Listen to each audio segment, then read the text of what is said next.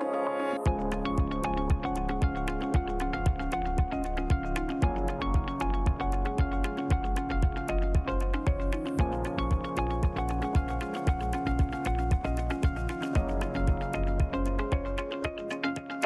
everyone, and thank you for joining in.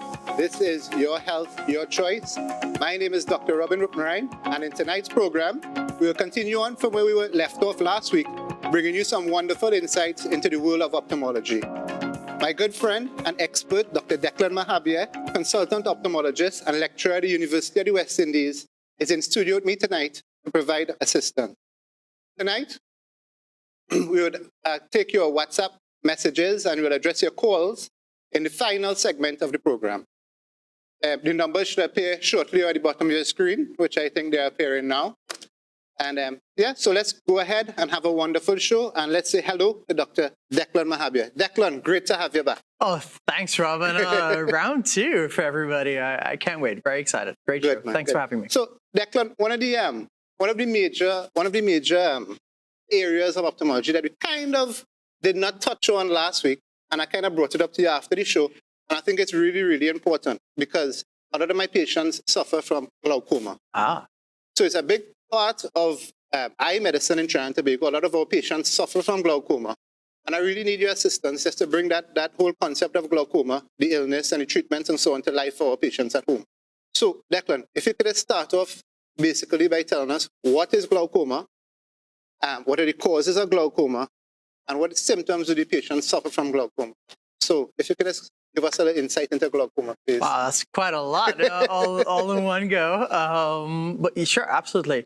So glaucoma is really an umbrella term for about 12 different types of disorders of the eye. And the commonalities, it varies a little bit between each disease, obviously. But the common aspects are usually there are high pressures in the eyes, just like you have hypertension really within the cardiovascular system, and we give you tablets to treat that. We have a circulatory system within the eyes, and if the pressure goes up, as it normally does as you get older, because of age-related changes, it's sometimes what it does is damages the nerve. Right. So every other organelle within the eye is able to tolerate a pressure rise, really, a mild to moderate pressure rise, without any sort of injury. But the nerves, as you know, do not like any sort of pressure on it. Right. And as a result, the way that the nerve fibers are arranged within the optic nerve itself, it usually means death of the axons of the ganglion cells in the periphery first. So you get peripheral field defects, and your central vision is usually almost always preserved until the very end. And that makes it very tricky. It makes it very tricky for the patients because sometimes when you lose small areas of peripheral vision, once a central vision is maintained, they don't always seem to notice peripheral vision loss. Right, Declan, what age group of patients would have glaucoma? So that is an interesting question. So if we're in North America or Europe, it would be an easy question to answer. I would say early to mid 40s, we tend to have a risk profile, a patient profile that we tend to look for. People who are very short-sighted, people whose fingers go blue in the cold, okay? Once there's a family history, which is overwhelmingly the strongest risk factor for glaucoma. Those are more or less the ones that we are looking out for. I mean, obviously, if you're on any sort of steroids, that can cause a rise in the intraocular pressure as well. But that's usually almost always monitored by the ophthalmologist themselves, you know? But Trinidad is really a tricky patient profile. It's a Trinidadian profile, exactly. And glaucoma really has I have to say I've made some mistakes in glaucoma in Trinidad. My training was in Ireland, and this is not something that we would have seen. The severity is not something that we would have seen in that patient profile. Our patient profile here, mainly because of genetics, we're finding that instead of being between the 45 and 65 category, of patients, I'm finding 23-year-olds with significant glaucoma. Right. And you can see here on the screen what happens in glaucoma. So you're looking at a normal optic nerve there, because the disease is really centered on the optic nerve itself. And so this is looking pretty good. But what you find is as the pressure rises and time goes on, you're going to see it here where the nerve becomes damaged and thinned out. And these are things that we screen for every single patient that's coming in to us. And it's pretty important that when patients come in, that they're automatically screened for glaucoma. So what are the things that we really do to figure this out? Well, we test the intraocular pressures. That's pretty easy to do for an ophthalmologist, but no one else really. The optometrist as well, can test the intraocular pressures. But outside of these two specialties, you're just not going to really, it's not easy to test the intraocular pressures. What do? We do visual fields, formalized visual fields testing to look for small, limited areas or early areas of visual fields defect. Yeah. And then what do we do as well? We scan the optic nerve. Can I just interrupt you? Sure. Sorry. So the patients initially complain of peripheral field loss. Is there any other symptoms that they complain of initially? Well, the patients usually don't peripheral complain. field meaning to the side, vision to the side. No, they don't really notice that. Sorry, let me clarify. Yeah. They don't actually notice it. Right. And so what symptoms does the patient notice when they have glaucoma? Until it's very, very late, probably nothing. Wow. Yeah, then that's why it's so scary. Wow. Yeah, so if there's a family history of glaucoma, if there's any sort of eye syndromes, then they need to be screened pretty regularly, yeah. And then the tricky part in Trinidad is what age is most optimal. That was my next question. I've seen 24-year-olds with moderate glaucoma. I've seen 32-year-olds pretty much blind from glaucoma in end stage.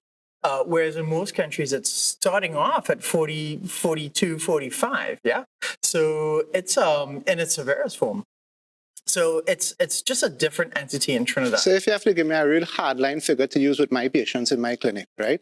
What would you tell me? Robin, all your 30-year-olds, send them for testing for glaucoma? Or is there any kind of racial differences? Is there one genetic group that's more predisposed, others that are not? What would be my guideline for my patients or the public out there at home? So I think really patients of African descent we have a lower threshold for screening, testing, and monitoring them. Right.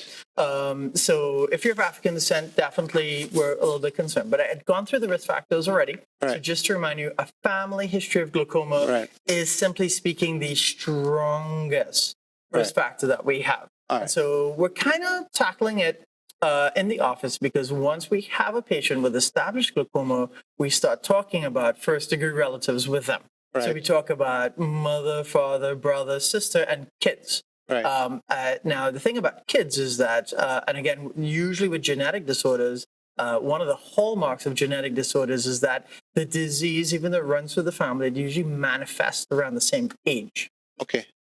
So if you're somebody that developed glaucoma in your early 30s, that means your kids will probably develop it. So there you go. So we're bringing. So a family history is very important. A family history, and then sort of being very clear about when the disease developed in the family. So I understand. Very severe disease, and I guess this is an interesting point that we're going to throw out there as well. We're finding different loci for genetic disorders in glaucoma now. So genetic testing is going to be something that will be pushed in the future. And I think a lot of our research is identifying the epidemiology of some of those more severe genetically driven glaucomas. Okay. So yeah. Okay. Very good. Very good. So you were saying that it's caused by it results in damage to the optic nerve, basically, which is irreversible damage to the irreversible. Optic nerve. Absolutely. So, what treatments are there for persons with glaucoma out there? Actually, it's usually... So, I don't know if I asked you that before. But... No, you didn't. Sorry, what treatments are there for? What treatments do you have? Yeah, sure. Well, we've got a little PowerPoint. I don't know if they're going to project that for us. But the first couple of slides are just the epidemiology of it and some of the things that we should sort of look out for. It usually most patients get away with eye drops. We start off with once a day eye drops at night. That's our start. And in a nutshell, so most patients get away with that. About a third of patients, a third to 40% of patients need multiple drops. Right. We're just sort of a little bit careful about doing multiple drops because of the expense of it as well. So it is something that we're really careful about doing. I think. What does the drops do?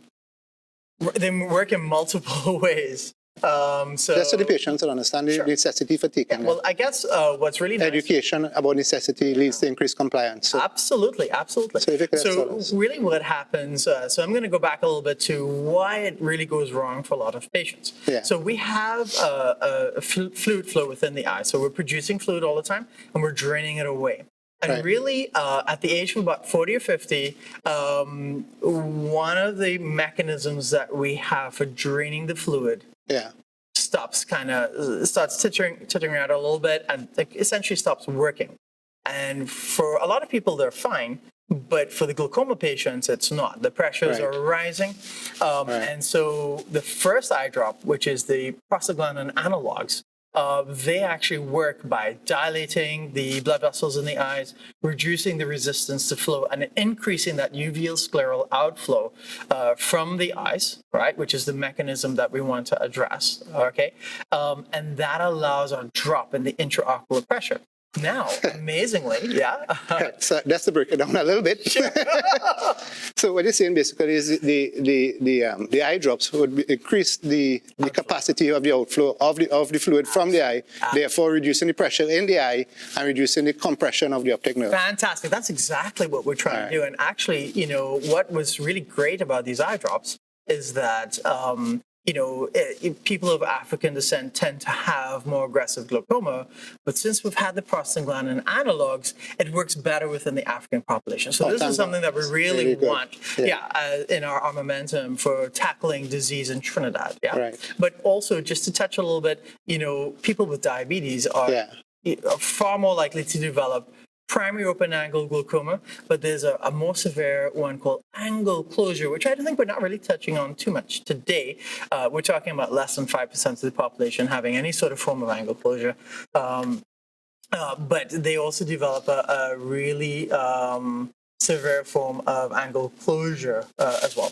And on the screen here is one of the MIGS techniques that are coming out. What is MIGS? Minimally invasive glaucoma surgeries. Oh, nice. And this is where we're actually inserting stents into the drainage angles of the eye. So the medications do it. They increase the outflow through this area.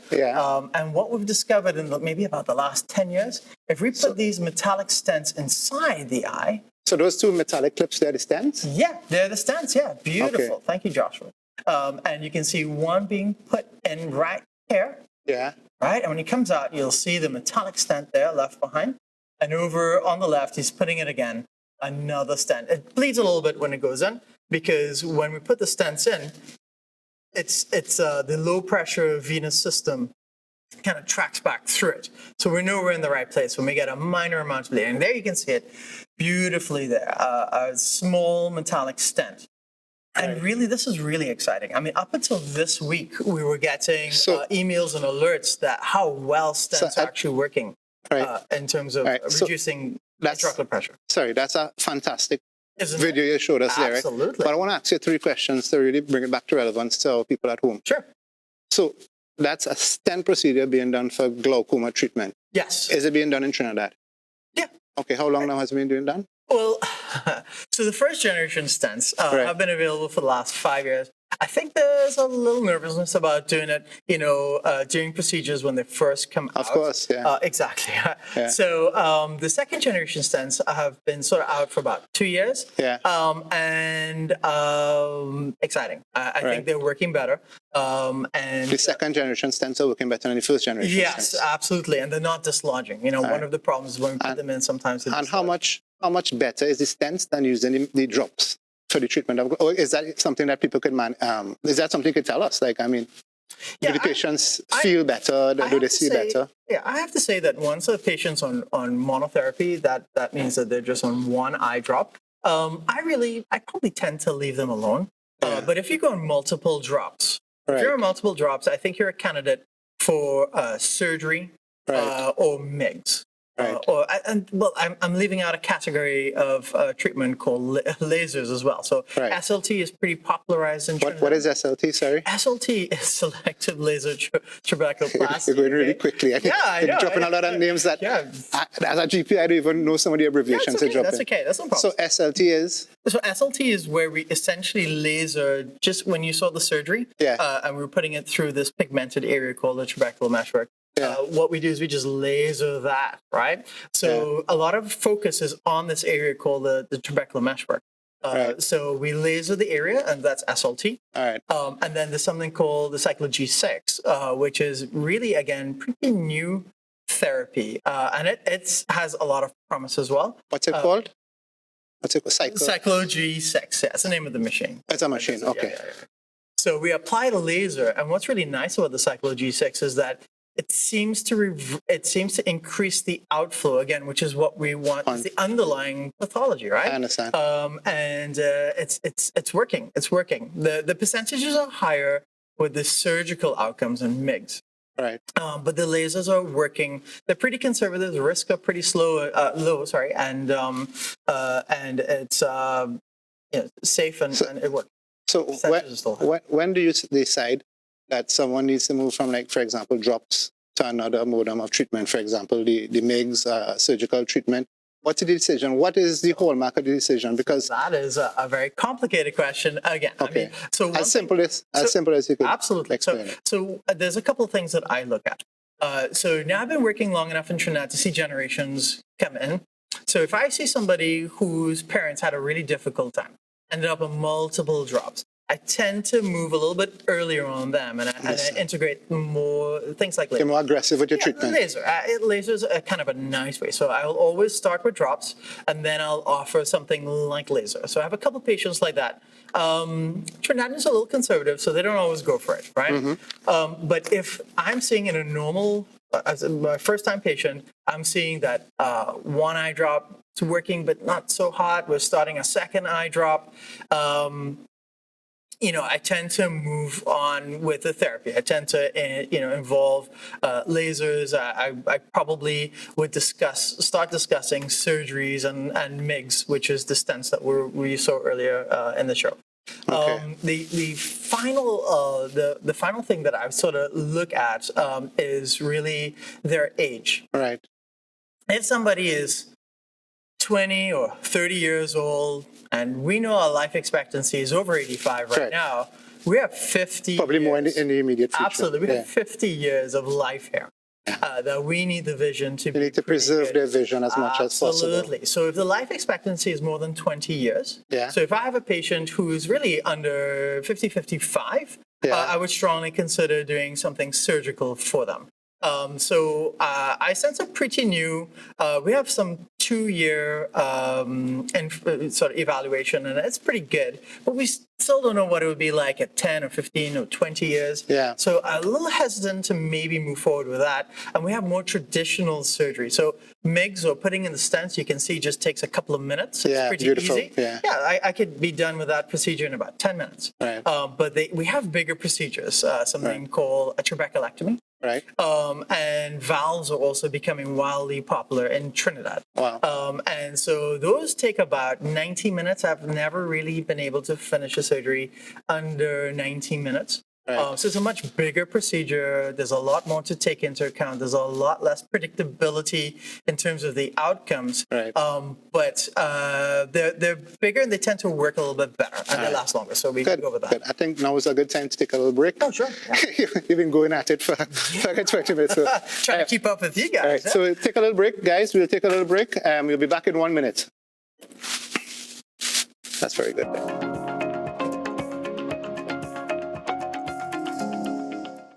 Welcome to the Chuttock's Kitchen, where it's tastier and spicier. For even more taste, cook with Chuttock's Amchar Masala, saffron, ground jeera, and black pepper. Mix in Chuttock's mild, spicy or madras curry. Get a burst of excitement with a mango amchar, homsade and mango kuchila, lime and pepper chunks, West Indian hot sauce, and lime pepper sauce. Plus, Chuttock's tamarind and mango chutneys are perfect with kalori and sahina. So make your kitchen a Chuttock kitchen. Chuttock's fruit products, bringing good taste to life. Munich Home and Garden specializes in hardware, paint, home decor, tools, agricultural supplies, pet supplies, car accessories, appliances, and much more.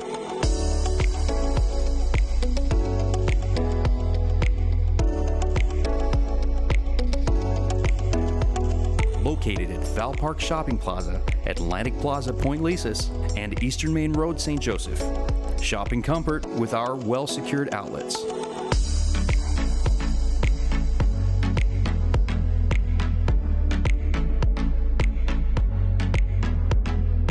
Call us at 663-5163 or visit the Munich Home and Garden Facebook page or www.municht.com.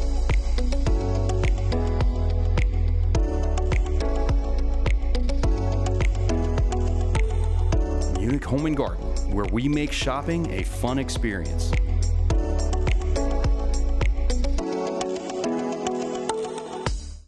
Stop the rising cost of food now. Grow your own food. Provide for your family and earn an income with Plant Doctor's Hydro Aqua of number 30 Matilda Road, Princestown. Grow safe, clean, and organic with your hydroponic supplies, organic potting soil, fertilizers, pesticides, and seeds. Let us help you grow and earn. Call 379-6710 or WhatsApp us at 372-9440. Plant Doctor's Hydro Aqua. Let's grow TNT together, one plant at a time.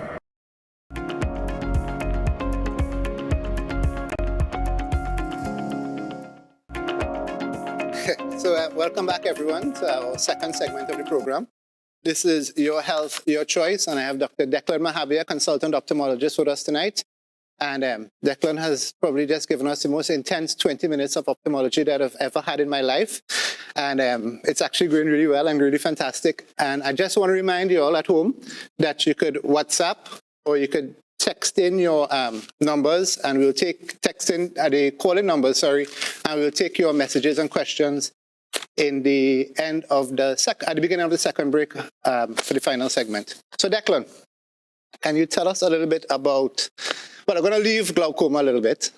Okay. And I'm going to go towards talking about something that's really common in general practice, which is called diabetic retinopathy. Oh, wow. Yes. So can you tell me exactly what is diabetic retinopathy? Absolutely. Well, we were hearing the term bandied about all the time, everywhere, diabetic retinopathy, diabetic retinopathy. I think sometimes even the patients might not know what you mean by diabetic retinopathy.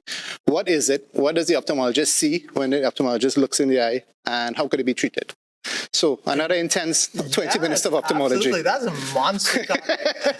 Go ahead. Monster topic. Go ahead. But I'm happy to address it. You're a monster. So, trying to keep up with you guys. Go ahead, Declan. Go ahead. So really, what diabetes is systemically is really the body's inability to control the blood sugars appropriately.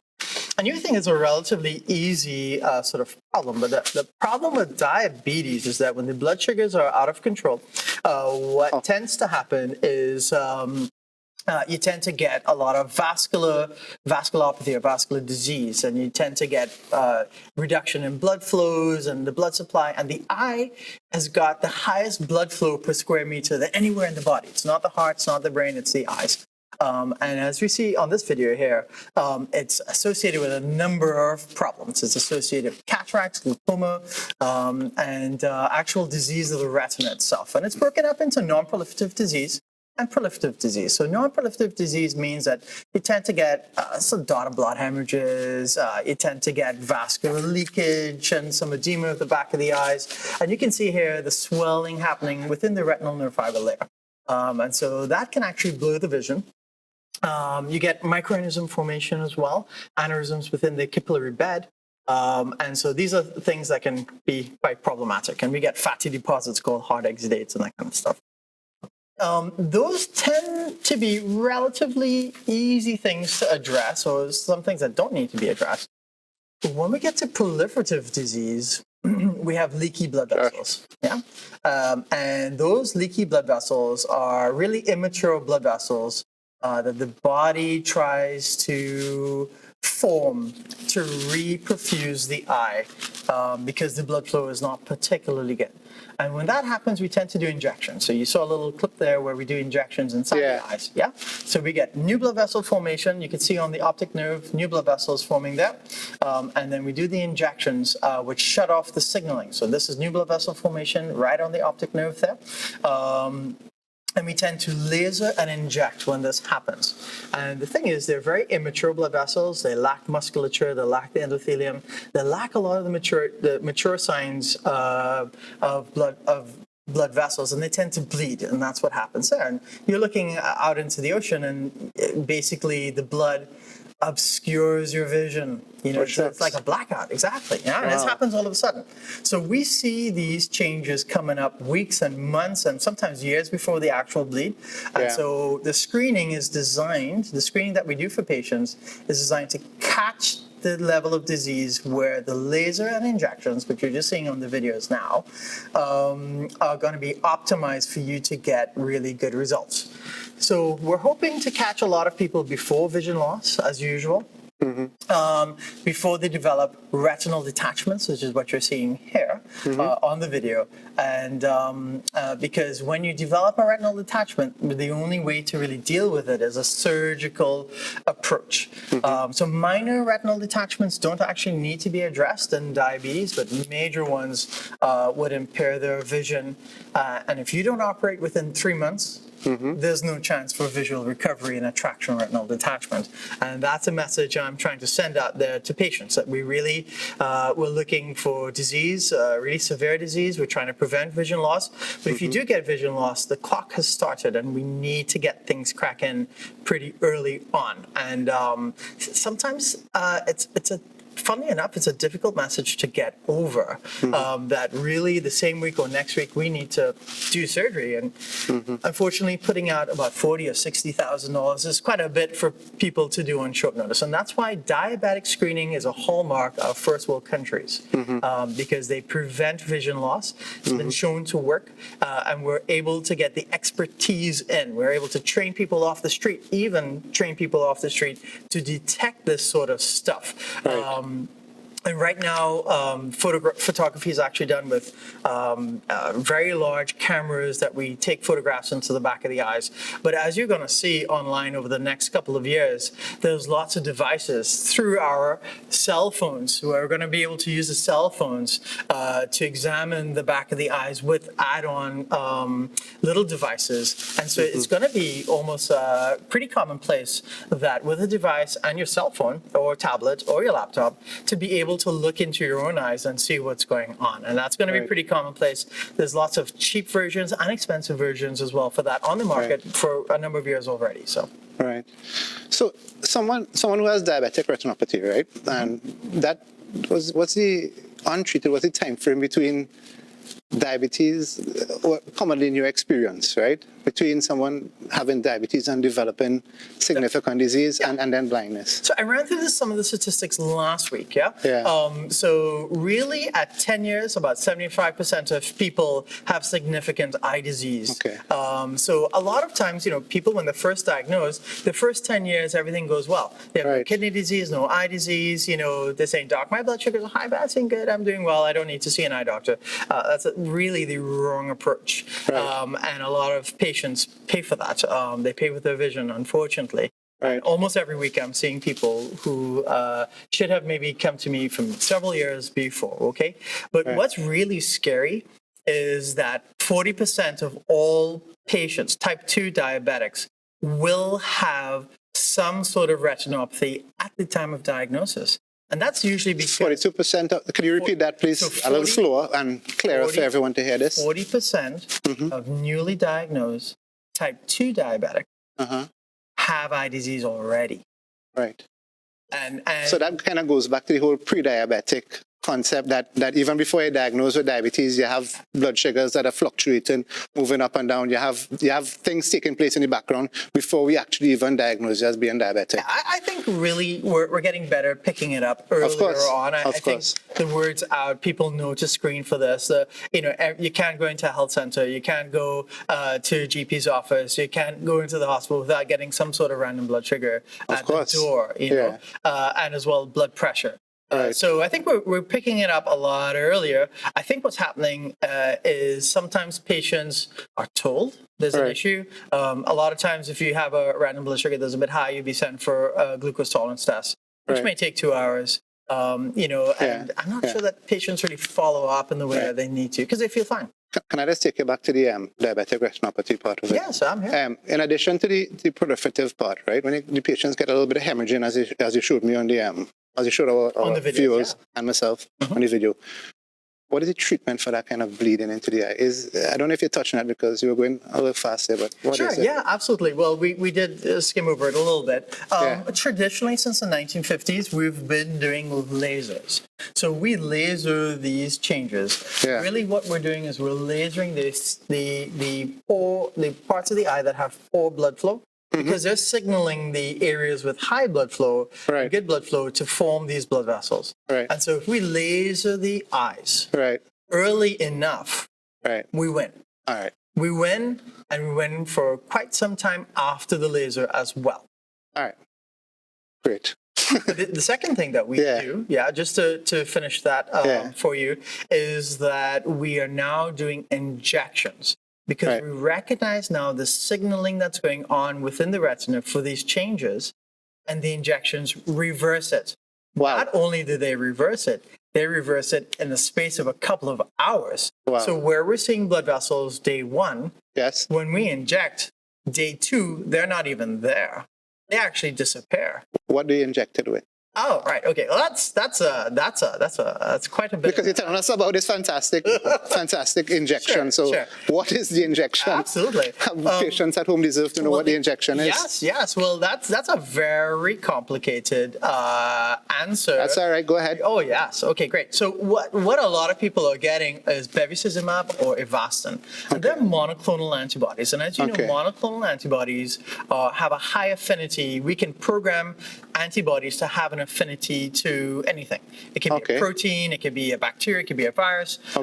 And so what we've been doing for the last maybe 20, 25 years is that we've been programming monoclonal antibodies. And VEGF, which is a vascular endothelial growth factor, which is required for 8 out of the 11 steps of angiogenesis, we're able to form monoclonal antibodies that surround these molecules. And they stop them from working. And so bevacizumab was one of the very first drugs that we used, and it's not just used in diabetes. It's used in vein occlusions, it's used in wet age-related macular degeneration.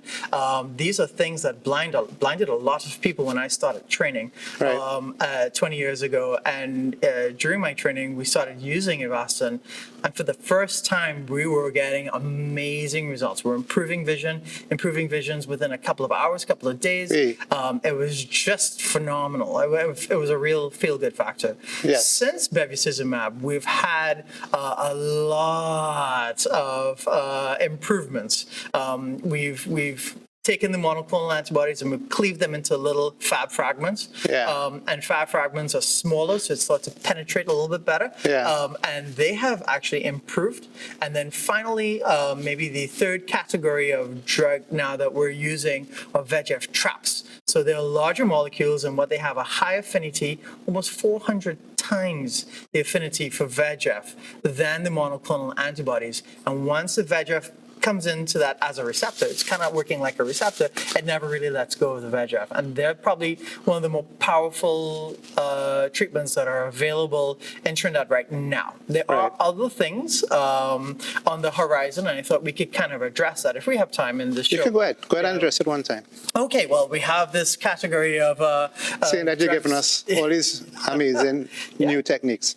So other than the injections, which you said are giving great results, you're saying that there's some newer or?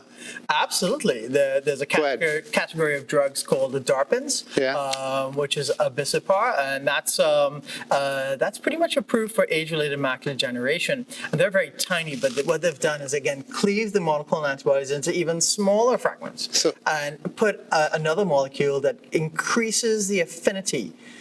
So the tiny, you see the advantage of the ranibizumab where it's small, smaller than ranibizumab, it's probably half the size. And then you have this high affinity as well. And because the molecules are smaller, the molar dose, so the concentration is so much higher as well. So we have this high affinity, high concentrations, almost 22 times the dose of ranibizumab. Right. Great. And we're finding really great results with that. Great. So, and finally, there's one called KSI 301, which is still experimental. So we're talking about molecules getting smaller, but KSI 301 is going the opposite way. It's a massive molecule. Right. And what it is, it's a monoclonal antibody attached to this massive protein. And what it's thought is that it doesn't clear out of the eye. It keeps the concentration quite high. So at 3 months, it probably has 1,000 times more concentration than any of the other drugs. All right. So, and that shows a lot of promise. I'm fairly confident that for our non-medical crowd at home, our non-medical students, non-doctors, our patients at home, some of it might have gone a little bit over the head in terms of the names of the drugs. However, the reason I allowed you to continue on and push and give them all the names of the new drugs, all it might have been a little bit over the head, is for one reason and one reason only. I wanted the crowd at home to hear from you, an expert, that there's hope, that there's movements forward, that there's treatment on the horizon, and there's basically hope, and that things are happening in ophthalmology, and that I don't want this. We don't want people to hang their head and be dejected. You have just heard it from an expert. Some of it you wouldn't understand because some of it I didn't understand, but hope is there. And keep your head up and keep going forward. The future is bright. And that's why I mentioned it as well. I'm not trying to make eye doctors out there. I'm not trying to, but we're trying to do patient education. And I think part of why I said that as well, because I know it would have sounded a bit like that's fine for a lot of people, is that I wanted to say that there are a lot of really amazing things on the horizon. And yes, it's available. It's going to be available to patients, and they're going to do better and see better, and we're going to get better and better results. And thank you for that. I'm glad that you saw where I was coming from on that. I'm really glad about that. So that's great about diabetic retinopathy. So Declan, I want to pull you back real to my specialty, things that comes in through the door with me. And I'm going to give you a little question from left field, but we always hearing about COVID affecting the lungs and giving you chronic lung diseases and heart. COVID and the eye. Is there anything to worry about? Is there symptoms? Does COVID or coronavirus affect patients' eyes? I suppose the answer is yes. You're nodding like that. But go ahead, take your time and explain it to us. I mean, okay, so, the problem with COVID, and I'm going to speak for the entire medical fraternity. Maybe I shouldn't, but I'm going to. You can never speak for the entire fraternity. Let's speak for the ophthalmology. Ophthalmology fraternity. Go ahead. Is that, 18 months ago when COVID had started, we didn't know what the answers were. And then initially, a lot of things started coming to the forefront, and they talked about corneal ulcers and spontaneous corneal perforations and that sort of stuff. And it's true. I have seen a few people who are COVID positive that have had corneal ulcers as well. I think, before we really say for sure what's going on, we need years and years of data to really come out and say, well, these are issues. Of course, it's a new virus. But for the most part, are people going blind from COVID? No. Good. And are they developing conditions associated with COVID? Yes. Are they treatable? Yes. And people are doing pretty well. Okay. What condition does COVID cause in the eyes of our patients? Well, the things is it a regular just viral infection like what we normally see, or what is it? I've seen a few corneal ulcers. And again, they have documented. Do you see this in your office, corneal ulcers secondary to COVID? I've seen people come in with corneal ulcers, and you think, and they are PCR positive for the virus. Okay. And they've responded a bit oddly to the treatments. Right. So it's not behaving typical. Right. And that's patients that I've seen in the hospitals, and I've seen young adults, I've seen teenagers, I've heard of a 70-year-old gentleman from Chaguanas as well, who's been in for a number of weeks as well. Right. So Could affect your eyes. It's something that I've seen most commonly. All right. Yes. So next question. Yes. In general practice, I think it's seasonal, but ever since I started general practice, you always see people coming in with red eye, right? What exactly, or conjunctivitis in the medicals? Can you just give our viewers at home a little insight into what is red eye, as we call it in Trinidad, and some treatments that they could do at home? So red eye is a term that's sort of bandied around, and I think it means many different things. Sorry, and after we finish this, we'll go straight ahead to take some WhatsApp messages. Sure, directly. absolutely. So go ahead. I'm happy with that. So it's been bandied around, and it means many different things to many different peoples. But in the medical context, it is a very contagious adenoviral infection. Okay. So adenovirus, we get all the time, right? But it's one of our most severe viral infections. Right. It's the number one cause of tonsillitis. Right. And there is a tonsillitis conjunctivitis that is called adenoviral pharyngeoconjunctivitis. Okay. And really, you all got that at home? Absolutely. Let's repeat it one more time for them at home. Oh, again, I'm not sure I can remember. No, do it. Go ahead. Adenoviral pharyngeoconjunctivitis. Red eye. Red eye, sore throat. And, they get a lot of lymphadenopathy in the head and neck area. There's many different types of adenovirus. But really what happens with adenovirus is that it's really severe, intense inflammation. They get a lot of gooey, having gotten it many times, a lot of white, gooey discharge. I mean, you can't even open your eyes in the morning. You open it and it's all white. You wipe away. You have used 5-6 tissues to get all the goo out. It's a really severe, unmistakable conjunctivitis with a lot of white discharge from the eyes that affects both eyes. You're very symptomatic. Bright lights bother you, itchy, burning, irritating eyes. And it's self-limiting. So it lasts for about 7 to 12 days where you're the most contagious. But really for the symptoms to settle can take up to 6 months. You don't feel right for up to 6 months afterwards. Yeah, it's really intense inflammation. So we tend to give eye drops to settle it for patients. What kind of eye drops? We tend to use a lot of steroids and lubricants. Sometimes we give antibiotics to prevent a bacterial infection. But I find antibiotics really tend to burn and sting in and of themselves. So I try to avoid it if I can. Right. But some doctors will integrate some antibiotics into it. Of course. I try not to use antibiotics unnecessarily, and I think the whole medical fraternity as well is probably moving that way, where we don't give... Declan, I'm just a little bit lost. How long does it normally take for red eye to clear? For the conjunctivitis? Most of your symptoms will settle in about 3 weeks. Right, but you're saying it could take up to 6 months? But you can have, remnant symptoms for up to 6 months. Wow. And you can get these pseudomembranes on your eyes that need to be pulled off and that kind of stuff. Okay. It's probably one of the most severe conjunctivitis that you can get. Wow. And it does sometimes need a lot of monitoring and a lot of intensity. And the reason why it causes problems is because it causes outbreaks. It has a very dense viral protein surrounding it and protecting the virus. So what does that mean? If I touch my eye and I touch a surface, yes, it means that if anybody comes along and touches the surface and touches their eye, they'll get it. Wow. Or any mucous membrane, so their mouth, their eyes. Wow. And a lot of people feel they've cleaned it with alcohol. About like Lysol it out? Or... Alcohol does not kill adenovirus. And that surface will remain contagious for up to 40 days afterwards. We apparently run out of time. Joshua is hitting at me, so let's get some of the WhatsApp questions in. Josh, can you get some of the WhatsApp questions up, please? Is it? Declan, this question is for you. I am seeing a light at the side of my eyes. Can you explain? Sure. And it's not someone shining a torchlight at them. Go ahead. Good. Well, we'll assume that's not All happening. right, go on, we're running out of time. Sorry. Okay. So 3 things come to mind. Yeah. One is PVD, posterior vitreous detachment. Yes, And we touched on talked that about it last week. yeah, Yes. and I'm really glad you did that, need, actually. You need an eye exam because that can lead to retinal tears and retinal detachments. Right. Number 2, if you're maybe under 35 and it's associated with a headache, it could be a migraine as well. So Correct. migraines can cause it. And the Correct. final thing is that if you're maybe over 60, 70 and you're getting it, it could be occipital ischemia within the brain. And that's something we consider in elderly patients who are Okay. getting it as well. Yeah. So Like it's something something- ischemic happening in the brain. Absolutely. So those Okay. are 3 main Well, reasons why somebody right. will get All right, flashing lights. Josh, let's get the next one, please. Is whitening around the eyes caused? All right.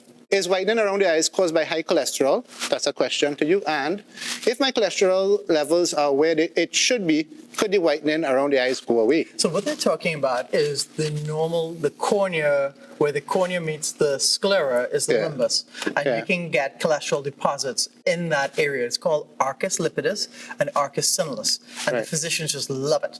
And there's a reason why they love it. Because without doing a blood test, you can pretty much tell that the cholesterol is high. Okay. Okay, before we were a little bit unsure whether we could say that, but I'm telling you now. If Wow. it's there, it's high.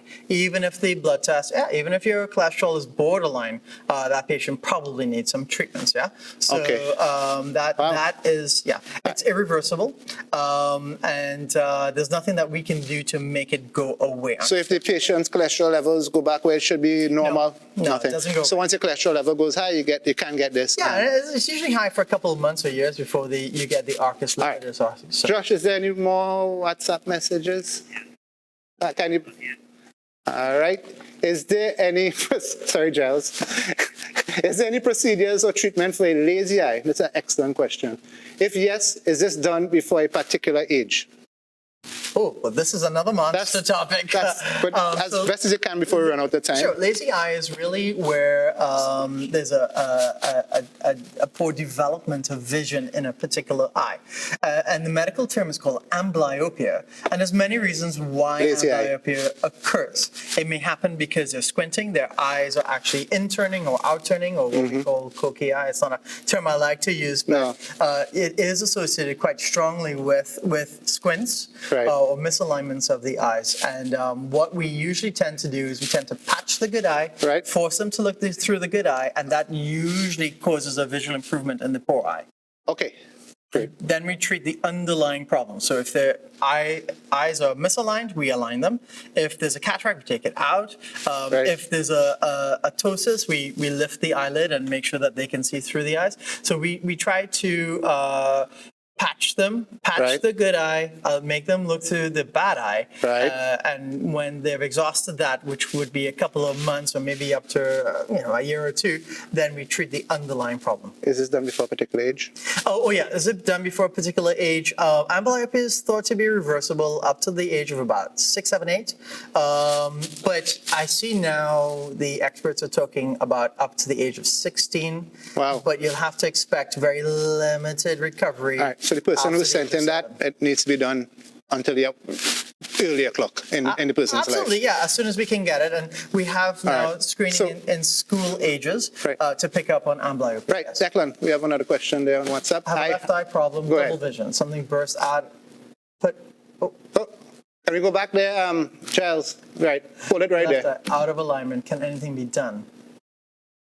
Well, I think if somebody's got double vision and their eyes are misaligned, it's what you see when somebody says their eye has gone out. I'm thinking they have a third cranial nerve palsy. In English. One of their cranial nerves is not working. So the innervation of the nerve to the muscles is not there.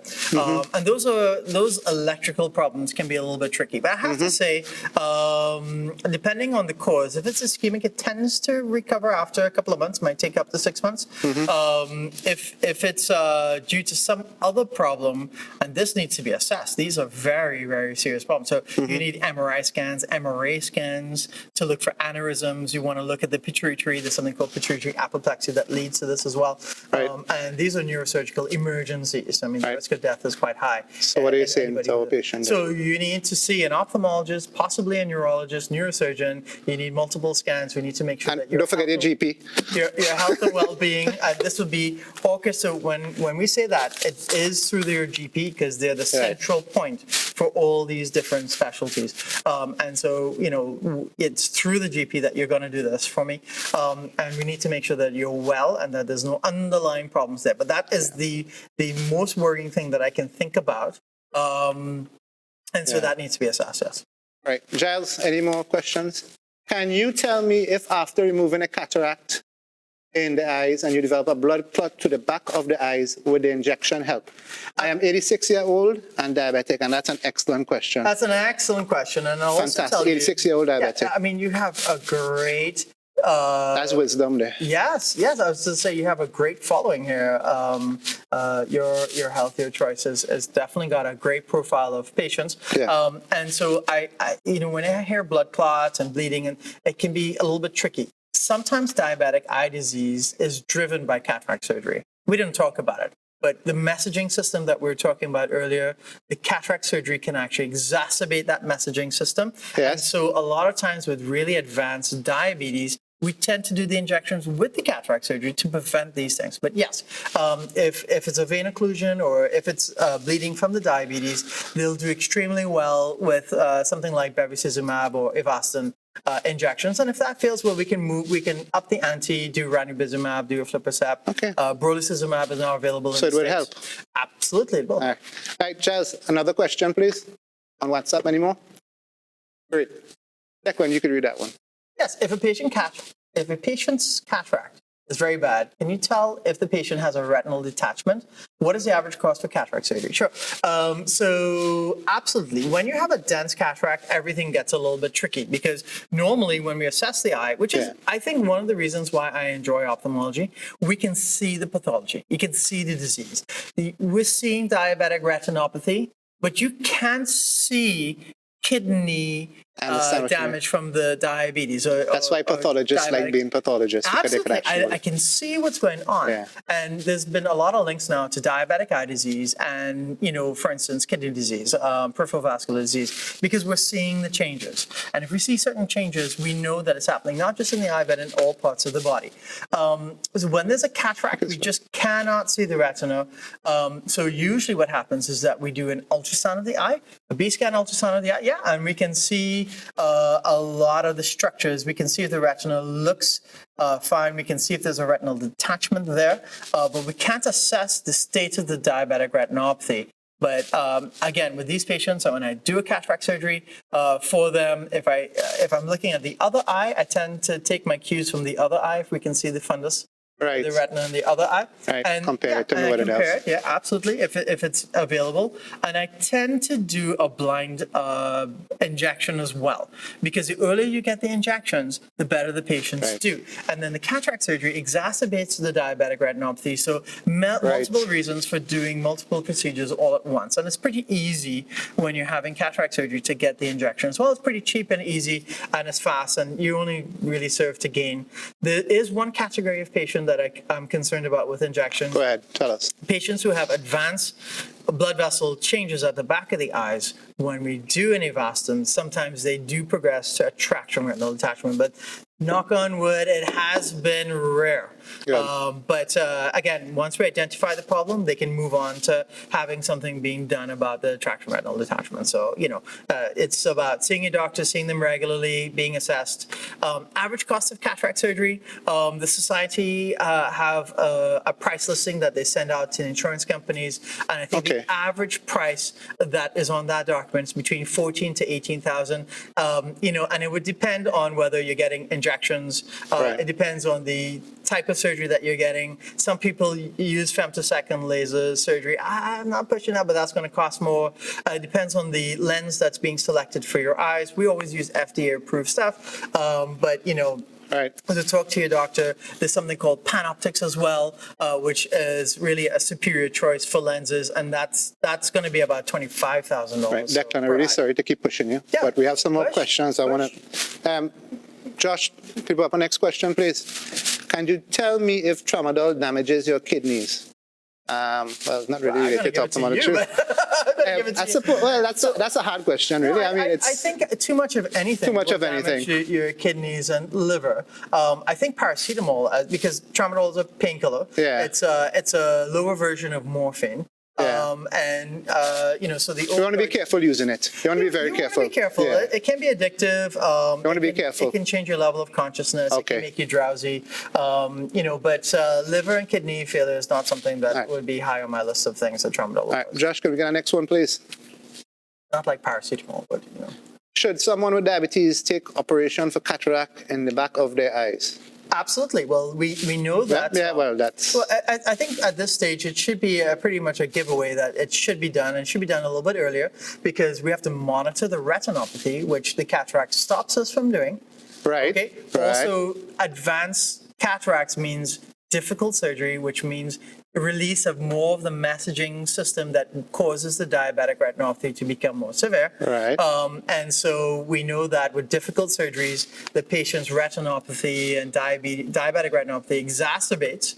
So you should do it earlier because we can monitor the back of the eyes a lot better. Easier surgery means less likely to progress to end-stage eye disease as well. So Get it done. It is something. Oh yeah, absolutely. Do it. Get it done. Do it early. Yes. Yeah. Josh, any more? Good night. Can you talk about the treatment for ophthalmic shingles? What is used for prolonged period of infection? Right. I think you need a little glasses check. I'll get it free by you, right? Yeah, come. All right, go ahead.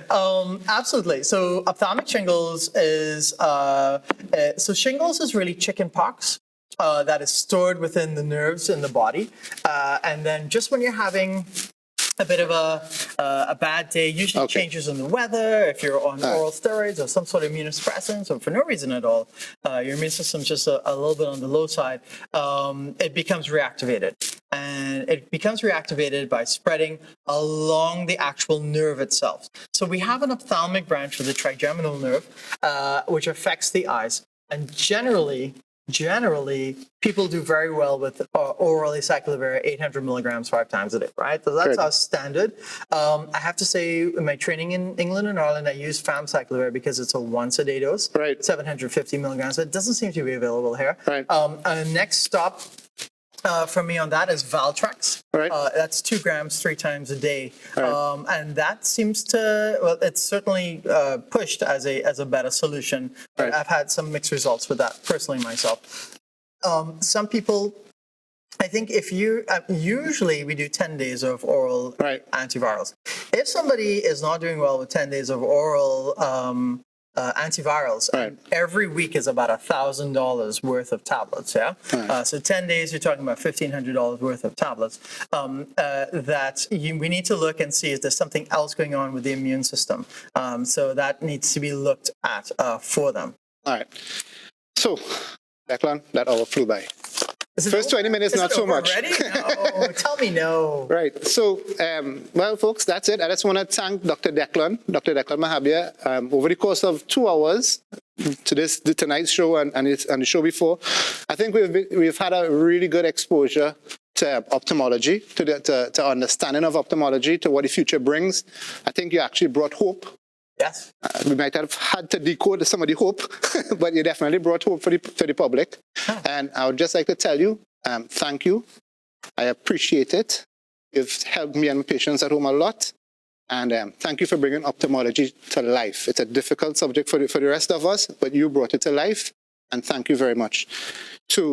Well, go ahead, Declan. You want to say something? I just want to say thanks so much for having me. I mean, it's really within my nature. I mean, I lecture, but I don't lecture for any reason. I lecture because I really enjoy spreading the information, bringing hope, and really, hopefully, one day pushing the boundaries of ophthalmology out there. So thanks for giving me the platform for which I can do this. I want to say, absolutely, there's lots of hope out there. We've got a lot of really good things going on right now, but in the future, it looks very bright. So. Right. So in conclusion, I also like to thank Josh and Giles, our production crew. It was not easy working with Declan, but they did a fantastic job. And before we leave, I would just like to thank each and every one of you at home. Thank you very much. Next week, we're going to start our little mini-series on obstetrics and gynecology, and I'll bring in a consultant gynecologist to have a discussion with yourselves. And Declan is someone you'll see again in the future, possibly in the new year. Absolutely. And yeah, that's it. Thank you very much. Josh. Have a great night, guys. Have a great night.